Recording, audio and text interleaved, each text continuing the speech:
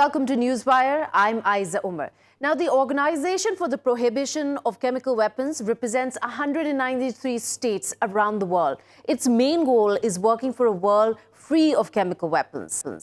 As the implementing body for the Chemical Weapons Convention, which protects 98% of the world population, the OPCW has done extensive work in documenting and proving use of chemical weapons in conflict zones and destroying their stockpiles. In 2013, the OPCW was even awarded the Nobel Peace Prize for its extensive efforts to eliminate chemical weapons. But for the past week, a leaked document authored by one of its own has questioned the credibility of this very organization. Until last week, the organization's reports on a chemical attack in Douma, Syria in April 2018 that killed at least 35 civilians officially maintained that the 2 gas cylinders carrying chlorine gas were dropped from the air, possibly by the Syrian regime helicopter. The missing 15-page dissenting assessment that was omitted from public view by the OPCW states otherwise, that it is more likely that the probability that the cylinders were manually placed there instead is higher. Let's take a look at what this 15-page document essentially said that was leaked and now is causing a big uproar about the veracity and the credibility of the OPCW. On the 7th of April 2018, a chemical weapon attack took place in Douma, a southwestern city in Syria. Some 35 to 70 civilians were killed. 7 days later, the US, France and the UK attacked Syria with cruise missiles. The Syrian government denied involvement in the Douma attacks and called the airstrikes a violation of international law. A fact-finding mission deputed by the Organization for the Prohibition of Chemical Weapons published its report almost a year later, stating it found reasonable grounds for believing a toxic chemical had been used as a weapon in Douma and suggested that the chemical was delivered by 2 gas cylinders dropped from the air. Since the rebels did not have air support then, the Syrian regime were blamed. What it did not mention was the dissenting assessment by one of the fact-finding mission members, Ian Henderson. Henderson, in his report, said observations at the scene of the 2 locations, together with subsequent analysis, suggest that there is a higher probability that both cylinders were manually placed at those 2 locations rather than being delivered from the aircraft. Henderson's document, now leaked to the public, begs the question why the OPCW did not mention there was a conflicting point of view. I'd like to hear our guest, Mr. Piers Robinson, a researcher at the WGSPM in Berlin, and also Professor Emeritus Boyd Barrett from California, joining us here on Newswire. Welcome to the show. Mr. Piers, I want to start with you. You have spoken quite openly during your tenure at the University of Suffield, I believe, about this media propaganda. And you are part of a group, the WGSPM, that is the working group of Syria propaganda, and have highlighted how there have been discrepancies on this. What do you make now of this report, the leaked document of this report surfacing now?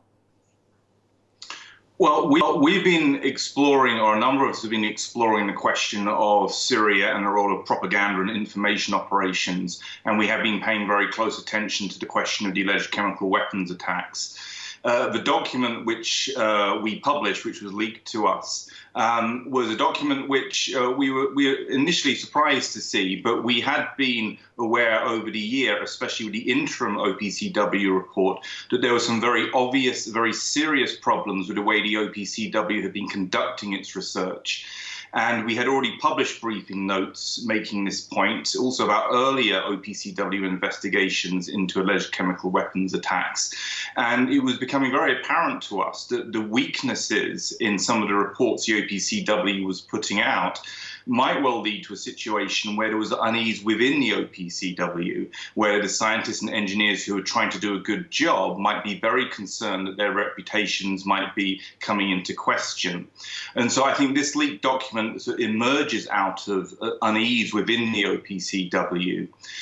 It's obviously extremely important now because the final report on Douma had a number of problems, and really in many ways the leaked engineering report seems to confirm many of the issues and concerns that non-experts and experts had raised about the final OPCW report. So I think this is now a very critical moment for the OPCW to really address and to become more transparent, but critically to address exactly what has been going on within the organisation when it comes to these very contentious, very controversial alleged events in Syria. The fact that they hid it is the biggest issue here right now. It goes really against their favor. Professor Boyd, what do you think is the reason behind them hiding this 15-page report, which was written by one of their own, Ian Henderson? And it even said it was a handwritten note on the report that said final draft, and it was supposed to go in just a few days before the final report was published, but it was not acknowledged at all. What do you think was the reason behind that? We can't at this moment be absolutely certain as to the reason, but of course we should be concerned about the activities and the processes and the protocols of all of these regulatory agencies, the OPCW, similar to the International Atomic Energy Association, similar to some of these international inquiries that have been set up to investigate issues such as the downing of MH17 in eastern Ukraine. There's a tendency for the general public and for the mainstream media to presume that these agencies are always above suspicion. And I think in the light of what we have just seen with the OPCW this last week, but also on previous occasions, increasingly, the wisdom, the possibility of this presumption is coming under question. And this is of unparalleled importance, I think, in our understanding of the machinations that go on in establishing pretexts for war or for international aggression. So, right, Mr. Pierce, what is your take on what observers are saying, that this is actually, from this document, confirms that this was a staged event, that that rebels were actually the ones behind placing these cylinders? Well, it's a question at this point of the weight of evidence. Now, there are engineers who can assess the claims being made in the Henderson report, and there are engineers who can assess what the OPCW put into their final report, who are better qualified than I am to discuss the question of the cylinders and how they got to where they are. What should obviously be done now is that all of the assessments commissioned by the OPCW should be published and should be available for public and expert scrutiny so that we can have a proper scientific evaluation of Henderson's analysis and the analysis which the OPCW seems to have ended up relying upon in its final report. But beyond that, and this point about the kind of weight of evidence that we have now, we have question marks over the cylinders and the idea that they may well have been placed there. We also, in terms of the OPCW's final report, major inconsistencies. The consistencies attribute the deaths of the people in the building at location 2 to chlorine, or chlorine is the substance which is identified as the likely cause of death. However, the report itself admits that the placing of the bodies, the people seem to have fallen dead on the spot, is not consistent with chlorine, okay? So you have a stark question being raised about how did these people actually get killed in the first place if it's not chlorine, if the arrangement of the bodies doesn't suggest that they were killed by chlorine and something else, and yet the OPCW only found chlorine. You know, you have an issue of a war crime and a murder investigation. We also, in addition to this, we have Riam Delati from the BBC stated very clearly 2 months ago that the hospital scenes had been staged, which were shown around the world from the Douma incident. So we have three things. We have a major question mark over the cause of deaths. We have people such as Riam Delati from the BBC claiming that the hospital scenes were staged, as well as obviously the Russians. And now we have the question over the cylinders. And I think when you add all of those things together, I think we're looking at a weight of evidence now pointing very clearly in the direction of some kind of staged event having occurred at Douma. Right. So, Professor Boyd, does this surprise you, the surfacing of this leaked document? Does this surprise you at all? That really does put in question the actual intentions that NATO had in attacking Syria? Yes, I mean, to some extent it surprises and alarms me. For a long time now, we've had good reason to be concerned about the OPCW and its reports. Although even more disturbing than the OPCW is the fact that Western nations, led by the United States, and in conjunction with some of its allies, including, for example, in the case of Douma, France, have launched missile attacks against a foreign country, namely, in this instance, Syria, long before any credible evidence had been ascertained, had been amassed. So the question arises then, well, if they're prepared to take action long before the evidence is actually there, do they really care as to the quality of the evidence when it surfaces? And I suppose, in as much as there's any surprise here, it is, well, perhaps they care enough to bring pressure to bear to try to ensure that the evidence, when it is eventually published, appears or is fabricated to appear to support the action that was taken long before the evidence could possibly have been accumulated in the first instance. And it also puts in question all the previous reports have come out of the OPCW. Mr. Pierce, is there any kind of precedence that has been set in terms of observers thinking that this is actually staged and it was staged by the rebels? Well, it is interesting. If you go back and look at some of the earlier OPCW investigations of alleged attacks in Syria, I mean, they're very heavily reliant upon opposition sources, okay, who obviously have an incentive and an interest in lying. But even in some of the details of the earlier FFM reports, there's certainly one example where they talk about discounting some evidence which had been supplied to them, some video footage, because it implies very strongly that it had in fact been manipulated or staged.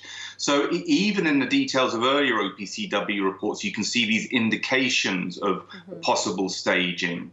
And I think in terms of the broader understanding of Syria, this is a major, huge war which has been running for 7 years with huge resources put into it and many, many countries involved trying to overthrow the Syrian government. I mean, obviously, Russia and Iran supporting the Syrian government. And in that kind of conflict, you do have major propaganda operations being set up and operated. And I think that's the thing that we need to look at very carefully. In the case of Iraq, we had a WMD propaganda narrative promoted by Western governments. And I think the question, the working hypothesis now is, have we had a sort of WMD 2.0 in the case of Syria, where there's actually been some kind of staging of chemical attacks and so on in order to delegitimate the regime, or the Syrian government rather, and in order to sort of shore up French, US, UK, Qatari action against the Syrian government. I think that's what we're looking at now. We're looking at the possibility of a very big propaganda campaign, not dissimilar to what we saw in the case of Iraq, except in this case, they're not just claiming WMD, they're going out and as it were, instigating events which can be attributed. Okay, so Professor Boy, quickly ask you this last question here. We have seen that the OPCW has come out and given statements that they'll investigate how this document got leaked in the first place and who's responsible for it. What do you make of this response, considering what is not said at all is whether there is any weightage in this report from their own people? The response from the OPCW, in my view, has been exceptionally clumsy. I don't think they were expecting that this technical assessment by Henderson was going to be published. It seems obvious to me that they were taken aback. They were taken aback when it was leaked. Their responses have been utterly contradictory and I think illogical. So this is to be welcomed, that there is at last some kind of crack in the edifice of competence and certainty that these organizations generally strive to present to the outside world. So I think in support of Professor Robinson's point of view, I think, yes, what is required here is far greater transparency, far greater humility on the part of all parties, as to the methodologies and the strengths and weaknesses of the particular methodologies that are employed. All right, Professor Boyd, thank you so much. Sorry to cut you there for your input. And coming back to you, Mr. Pierce, we're talking about the evidence also of gas attacks. Now, those are notoriously difficult to ascertain. It's not an exact science. Is that true? Well, in a sense, nothing is an exact science. Okay, there are always questions which can be raised and so on. But obviously, the OPCW and the FFM teams are set up in order to gather evidence and to try to establish. And I think it is perfectly possible to gather evidence and to do it in an objective way, which does allow you to make draw reasonable conclusions about what is likely to have happened. You can do that. We do that all the time. Legal processes, etc. This is all about looking at evidence and assessing evidence, and you can do that in the case of these kinds of attacks. The problem at the moment, it seems that some of the evidence was let through, as it were, in the final OPCW report, and some of the other evidence wasn't allowed through, which, again, as Oliver has just pointed out, this raises a big question about the impartiality of the OPCW. And if we're serious about dealing with chemical weapons, and if the OPCW wants to be serious about dealing with this, we need to make sure that it's reliable, that it makes the correct judgments, and we also need to make sure that these kinds of institutions are not vulnerable and are not manipulated by major states. And obviously the question mark in this case is whether France, Britain and America have manipulated that process of assessing the evidence for their own political interests. So the problem is not that this can't be done, that we can't establish the truth. It's a question of trying to make sure that political actors who have a motivation to pressurize these organizations are not allowed to get away with it. Right. Thank you so much, Mr. Pierce. Mo Robinson there with your input. And we are now joined by Mr. Hadi Nasrullah. He's an activist. He's joining us from London. Hadi, I understand you were able to visit Douma a few days after the attack. Could you tell us what you came across after this chemical weapon attack took place there in April 2018? Basically, I'll start by saying that the OPCW report was not, it was too weak for them to actually have any proof of use of chemical attacks. They did not give any good sources of any sarin that was used in the crime scene or alleged crime scene. When I went there, it was actually 20 days after the attack, and I was talking to the people being evacuated from Douma by the Syrian army after the deal that happened between Russia and the militants. Most people, I was surprised that most people who were being evacuated from Douma were supposed to be involved in what was supposed to be happening with the chemical attack. They were actually telling me that they had no idea what I was talking about. They didn't know anything about a chemical attack or a chemical scenario happening in the area. A young man approached me, and he said that we do not know anything about a chemical attack, but we know that when there was an attack in the area, we were told by the white helmets that we were supposed to be choking, and there was some sort of chemicals being inhaled by the victim. So we just panicked and started screaming, and the white helmets were just taking videos and pouring water on videos. And they did not just tell me that, they told a lot of foreign journalists, who some only decided to report this to the news. So that's an interesting point you raised there. Internationally, even now, the media hasn't really picked up on this leaked document, which is a pretty big statement coming from an organization that's supposed to be protecting the world from chemical weapons. What do you make of that? The surprising part for me is not the media, to be honest. It's the OPCW that's still shying away from questions from journalists and news outlets who want to know more and highlight the fact that there are more documents on another side of the story that the OPCW refused to share with us. The OPCW tried to actually give some insights on what's happening by saying they're going to investigate who leaked the report. But what the world wants to know right now is not who leaked the report, is why the fact did you hide another side of the story that can be essential to Syria and the peace process in Syria. Well, there's one argument there that it was one dissenting voice that might be a disgruntled OPCW employee investigator who felt like he wasn't being heard. Don't you think that has a valid sort of standing to explain why this was not covered by the OPCW or made public? I don't think it's that situation, because for me, the OPCW, when they issued their official report, it was, for them, it was already too weak. They couldn't add any more stuff where they cannot justify any condemnation against the Syrian government. So how do you tell me this? When you went there in 2018 to visit the site, you mentioned you went there 20 days later, and then you went and spoke to people in the area around the building where this incident took place. Those 20 days, do you think that maybe would have been a bit too late to actually get the information of how it happened or what happened? 20 days, I went there. I went to some liberated area surrounding Ghouta, which was the only time we can actually go inside. But we did go earlier to surrounding areas, and we spoke to a lot of civilians who should know if there was an attack happening that night. And they said they couldn't recall any attack, but they said that it was too close. If there's a chemical attack, they would have been harmed also by it. But we went later inside, and we saw the holes in the ceilings where the cylinders allegedly fell. And I looked at them, they're exactly the same as the mortar shellings that were happening in Damascus by the Islamists in Ghouta.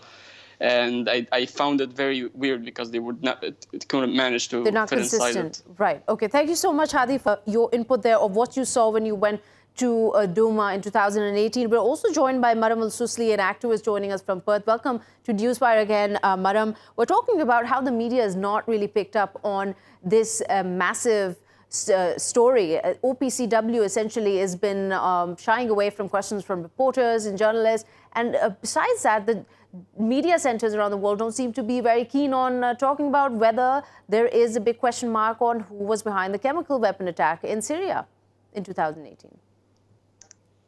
Well, the media, which, it has this facade of being neutral, is actually very much controlled by the governments which run it, or people like Rupert Murdoch, who actually have a business deal with Israel to drill oil out of the Golan Heights. So they have a strong interest, this media, in trying to tarnish the reputation of the Syrian government and create a pretext like they did with the Iraq war, this WMD story, chemical weapons, this idea that Syria used chemical weapons and also did not get rid of its chemical weapons the same way that they did with Iraq. So it's just the same narrative being pushed over and over and again. And it seems that the OPCW has become politicized. Let me welcome the guest here. Mr. Fadel Abdul Ghany is a human rights activist joining us from Doha. Mr. Fadel, let me ask you this. Do you think now that this document has been revealed, that it also impacts the statement coming from the State Department that there might be the use of chemical weapons right now by the Syrian regime in Idlib? First of all, I don't think that anyone who is following the Syria file is doubt about the use of chemical weapons by the regime. The Commission of Inquiry has improved 34 attacks committed by the Syrian regime. This Commission of Inquiry established by Human Rights Council. Those are the UN investigators. This is the first one. The second point is the GIM, the mechanism, which is established by the UN Security Council resolution, which is agreed by the Russian. It's very strange that anyone also doubt this mechanism. The resolution is 2235, is established in August 2015. This mechanism actually committed by the UN and the OPCW in order to determine who is the side is committed the chemical weapons, issued 5 reports, and accused the regime 3 times by using chemical weapons and ISIS 2 times. Then the Russian veto is destroy this mechanism so that the OPCW take further step and by they voting, did veto, but there have been 336 chemical weapon attacks in Syria since 2012, and this is quoting the Global Public Policy Institute in Berlin. You're saying out of these, 35 have been concluded to be attributed to the Syrian regime. Hence, it is by default every chance that they're responsible for the attack in Douma? Yes, of course. We are in Syrian Network for Human Rights, documented 221 chemical attacks based on our database, where is the location, testimonies, lots of evidence. But those are 35 attacks that have been confirmed, you're saying, by various organizations investigating them. What of the 301 chemical weapon attacks that have taken place in Syria? Who is responsible for those? Those are ISIS only responsible for 4th attack, all the remaining responsible by Assad regime. There is no even single attack by other side like BYD or opposition or al-Nusra.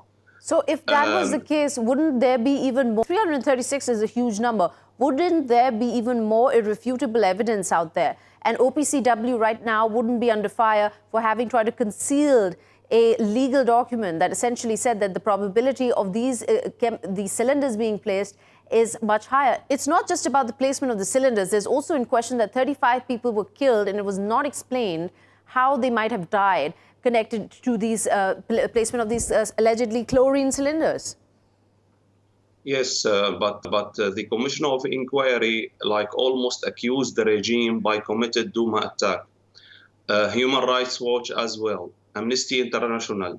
We are at Syrian Network for Human Rights. So several also sides accuse the regime. This Latakia attack, which happened past week, we issued a report confirming that Assad regime is the one who is again using the chemical weapons. Now, what is needed actually?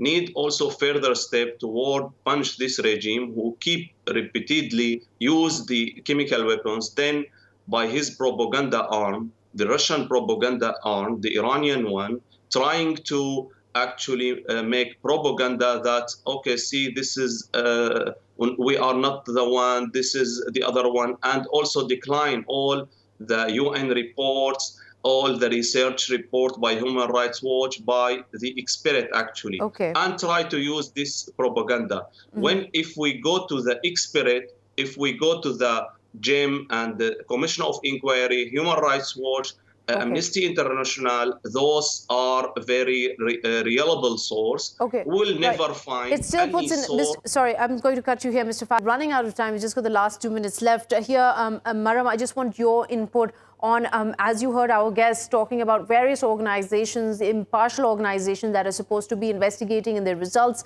to be taken as the strongest sort of evidence against crimes. It really puts into question then, is it just that we are going to be looking at, with this leaked document, we are doubting these organizations and we can only rely on Julian Assange type characters or Chelsea Manning type people who leak information for our benefit? I mean, where do we turn to for reliable information then? Where do we get the idea that these organizations are neutral? Amnesty International, they have members of the State Department working there. Their propaganda caused many hundreds of Africans to be killed in Libya, Black Africans, because they said that they were being used as mercenaries. The Human Rights Watch is run by Ken Roth, who is known to be very sympathetic to Israel and never accuses Israel really of the crimes that it commits. He's very soft on Israel. So these organizations, they're basically the mouthpieces of the United States. The first chemical attack that happened in Syria was in Aleppo, not Damascus, and it was an attack on a government-held area where Syrian soldiers were killed. And actually, that wasn't the first time. There was a second time more recently, and nobody seems to talk about that. You know, this is something that we never even hear about anymore.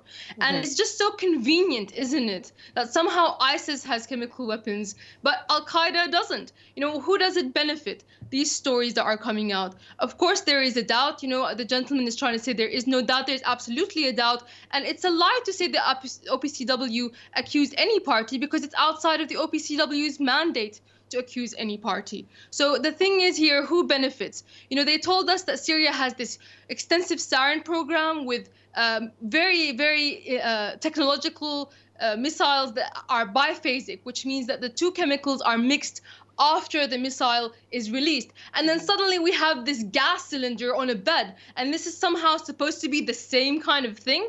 I think what we're seeing here is Iraq. Number two, they fed us lies about WMDs then, and now they're doing the same thing. And it seems like people have a goldfish memory and they just can't remember. Okay, well, thank you so much, Ms. Vara. Unfortunately, we've run out of time. And also, Mr. Fadel, for your input there. We will be taking a quick short break. We'll be right back.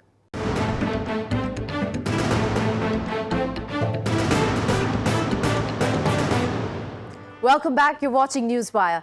Now, analysts are saying today nationalism is on the rise. Nationalist parties have won in various countries across the world. Italy, Hungary, Brazil, and United States are some examples in recent past.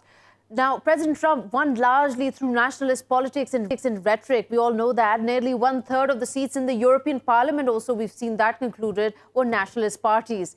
We will be discussing with our guest today if that is this is prevalent across the world, and if so, what is the threat that it poses to globalization, to trade, to cultural integration and tolerance? I'd like to introduce here our guests who are joining us. We have with us Mr. Nishad Verma, an analyst joining us from Mumbai, and also we have Mr. Rasool Sardar, an analyst joining us from Istanbul. Welcome to Newswire. I want to start with you, Mr. Nishant, especially in context of the elections that have just taken place in India. Once again, the masses have voted for a nationalist party. Do you feel like this is a trend that is picking up across the world and India is no exception? Well, thank you for having me on the program. I must say that right from Leo Tolstoy to late the great Rabindranath Tagore, everyone has described nationalism or patriotism to be rather an evil or a measles for the mankind. Having said that, yes, we understand that nationalism is on rise because I suppose democracy, anarchy, monarchy, all have seen one or the other way the path to success.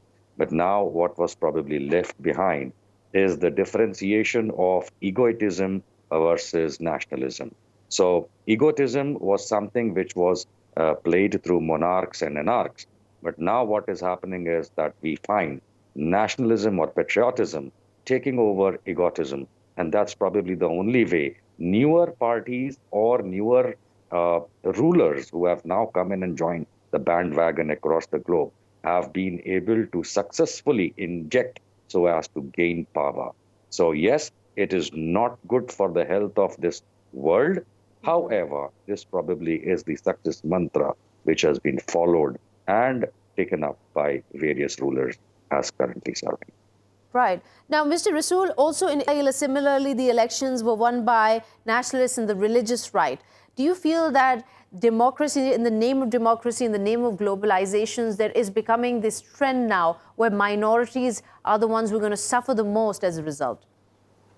Well, for the Israeli case, I think it's a particular, a specific case. So Israel will not be a good example in terms of the rise of the nationalism, because in any way, Israel has been founded as a nation state, or a nation state that's based on a certain race. That is in the nature of the state of Israel, being that much of the nationalist or far right. Even the leftist government in Israel that has been funding the governments before, to a certain extent, they have been kind of rightist leftist by their policies that they have conducted. So in Israel, the environment, psychological environment, that has been promoted by the policymakers and or by the state authorities have always been simply that we are surrounded by the ocean of the enemies, and so we have to be patriotic, we have to be nationalist. And so Israel first has always been the top policy of the Israeli politicians since decades. So in that sense, I would say, well, Israel actually is not a good example in terms of the global nationalism, because it has always been, to a certain extent, a nationalist But the country. question of identity, Rasool, that you seem to be highlighting here with Israel is also which is seen common and prevalent across all of those countries that are proposing and pushing the nationalist agenda. Is that not the case? That's true. For the Israeli case, I think mostly it is because of the recent attitude that has been adopted by the administration in Washington. So far, none of the American governments have been so much publicly supporting almost every action of Israel. And of course, this American administration, to a certain extent, more or less, have always been supportive to the state of Israel, but none of them has been that much publicly supportive as much as Trump's administration. Mm-hmm. So since Trump's administration is that much recklessly and without any question and without regarding any international rules or the law, supporting Israel under every condition, I think for the Israeli politicians it's making it much more easier to go with the identity politics or to bolden the Jewishness of the state. That's a little bit because of the attitude that has been adopted by Washington as well. So Washington is not, on the contrary of before, Washington now is not politically at all. And to be honest, it doesn't care about that as well. But on the other hand, I think for the rest of the world, if you are talking about the non-Western countries or the non-Western parts of the world, nationalism and patriotism, of course, are very, very close to each other, these two terms, but there's a slight difference as well. For the patriotism, to a certain extent, it has a potential of course, accepting the other differences as well, where nationalism is kind of an ideology that is being based on one race. But for the non-Western part of the world, nationalism, I think, for a while is going to be the valid policy or the ideology, because by the emergence of these new economies, it requires the nationalist, to a certain extent, at least nationalist, patriotic narration, because people feel that if countries want to succeed, they need independent governments. And unfortunately, being independent governments or independent politicians requires a nationalistic, patriotic narration. But it also impinges on the whole idea of globalization, which is essentially how the world is moving forward. It can't really do without globalization. So, Mr. Nishant, my question really to you, you're taking a look at what happened to the UK, what has happened in terms of Brexit. Is that a perfect example or closer to what nationalism looks like when it's in play? See, in order to go further, we first of all need to understand what is nationalism, which is actually in the backdrop of patriotism, which started many centuries back. Earlier, we used to have kingdoms. They had patriots. What were the patriots supposed to do? To go attack other kingdoms and take control. That's all what the patriots were supposed to do. They were not supposed to serve the country within, neither do farming or nor do any kind of work within the country, within their kingdom. Now, that's exactly what is now called a nationalism or nationalistic approach, that these people are supposed to now, the rulers currently, there could be a democratic ruler or otherwise. Now, if in case they are trying to look at an angle by virtue of which, if they want to take control of any other region, could it be country or anything, is that the reason why nationalistic behavior is being put forward? It is not supposed to be, doing farming within the country. Per se, India, Bharatiya Janata Party is supposed to be a nationalistic party. I am sure they're not preparing farmers.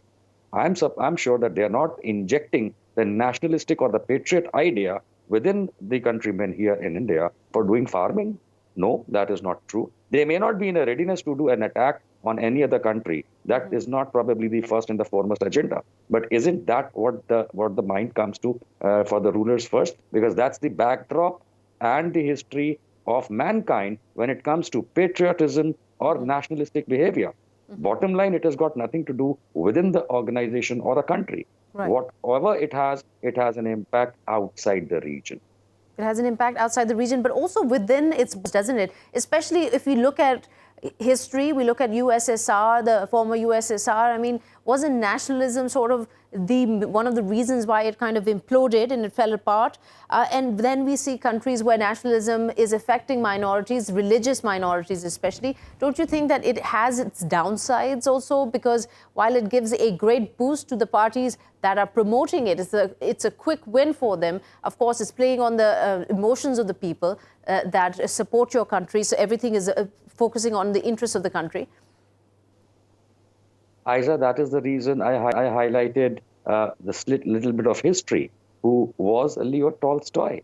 When you rightly point out what happened to the Soviet Union, prior to what happened to the Gorbachevs and others, we know who Leo Tolstoy was. His letter to United Kingdom was very simple and plain. His book about patriotism versus peace defines everything. I cannot put up that within a few minutes here, but if somebody across the globe picks up in any language the book called Patriotism versus Peace by Leo Tolstoy, it talks, to the teeth of what this measles to mankind as described by Rabindranath Tagore means. It is nothing but an evil. Okay. So, Mr. Rasool, as we move forward, we're seeing European Union parliamentary elections taking place. A great number of votes went to the nationalist parties. It's interesting to see that this trend is not just secluded or pertaining to third world countries. It is all across the board. Even President Trump's policies are based on, and his political campaign before he got elected was high nationalism based, wasn't it? Well, that's yeah, to a certain extent I will agree with you. But on the other hand, we need to make a little bit difference between the kind of new far-right movements that are on rise in the western part of the world and this patriotism that is belonging to the rest of the world.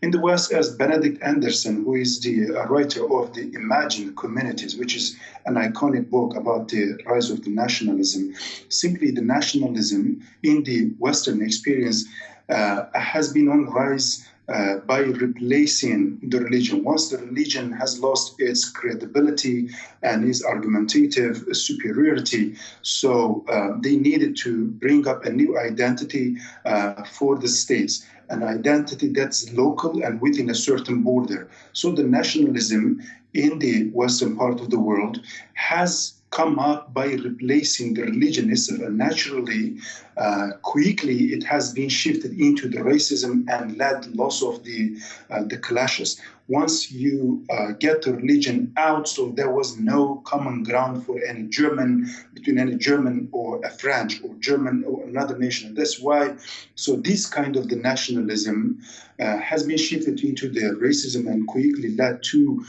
world wars. But when it comes to the Eastern experience, I don't think that Benedict Anderson's Imagined Communities will reflect the truth. For example, given my own country, Turkey, or most probably your own country, Pakistan, and if you look at the rhetoric of the governments that are using, you will see, well, actually, this is a kind of nationalistic rhetoric. But to a certain extent, that's why I think we need to make a difference between the patriotism and the nationalism. I think the rhetoric that is being used in these kind of countries, the eastern part of the world, is not nationalistic, but patriotic, because as I said, the nations in this part of the world has been longing for too much, looking for the independent governments. And our governments are, for the first time, maybe using such an independent rhetoric that is putting their national interest in first. So this is different. That is the difference between the two. I'm sorry I'm going to there, Mr. Rasool. We've run out of time, but thank you so much for your valuable input. And once again, thank you, Mr. Nishant Verma, for participating here on Newswire. That's all the time we have for today. Until next time, goodbye.